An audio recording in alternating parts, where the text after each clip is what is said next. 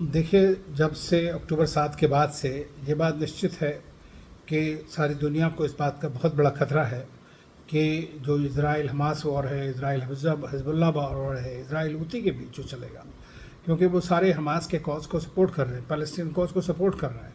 तो ये किसी भी समय एस्केलेट हो सकता है, जिसमें ईरान भी आ जाएगा, क्योंकि ये ईरान की तीनों बड़े क्लोज एक्सिस ऑफ रेजिस्टेंस में पार्टनर्स हैं।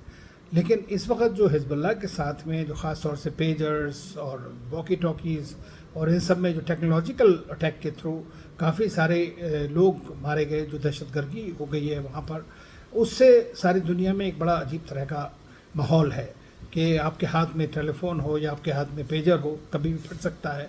तो इसका जो सिविलियन, उसी वजह से यूएन ने इसको कंडेम भी किया है। लेकिन इस सब के बावजूद अब कितना बदला हिजबुल्लाह ले पाता है, क्योंकि वो भी एक ताकत है एक तरह की। अभी तक ये था कि बिलो द थ्रेशोल्ड एक दूसरे के ऊपर अटैक कर रहे थे, क्लैंडस्टाइन मैनर में लोगों को मार रहे थे या निकाल रहे थे दोनों तरफ से। लेकिन अब काफ़ी कुछ खुलने में आ गया है।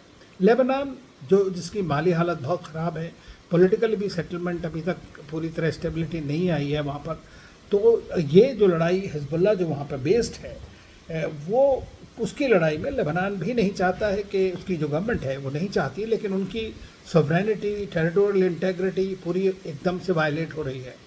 तो ये 2006 में भी इजराइल को पता है कि ये इतना आसान नहीं था उनके लिए उस वॉर को जीत पाना।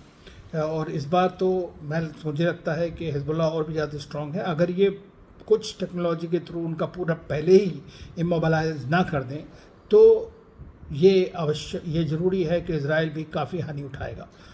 सुपीरियरिटी इजराइल की इस वॉर में है, इसमें कोई शक नहीं है।